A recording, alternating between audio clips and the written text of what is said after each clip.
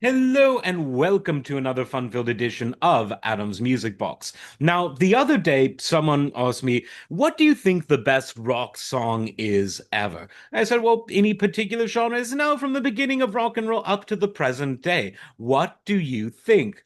And I think that in the year 2025, we're in a pretty good position to assess this because while there are still rock bands playing, legacy acts and young people playing the genre, the golden age of rock, I would say, came to an end 20 years ago. If it began in the 50s and dominated the pop music world from the mid 60s onwards, by the early 2000s, hip hop and hip hop derived musical arrangements and production styles, that's been the dominant musical idiom of pop. So I think we can look back at rock and roll much the same way that you could look back and say, who was the greatest romantic composer of the Germanic tradition? Well, we could say that because that is an era that has come and gone. We know who Beethoven, Schubert, Schumann, Wagner, Bruckner, Strauss are.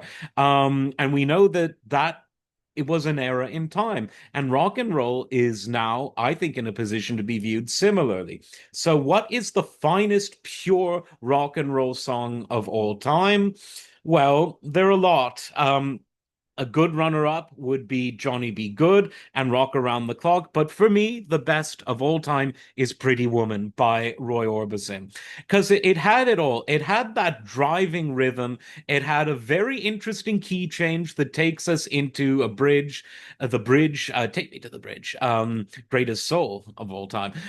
It had just a wonderful melody that was just, you couldn't get it out of your head. Roy Orbison's vocals were just perfect, one of the inventors of the rock and roll vocal style, and one of my favorites of any style. Just such a great entertainer, such a great performer.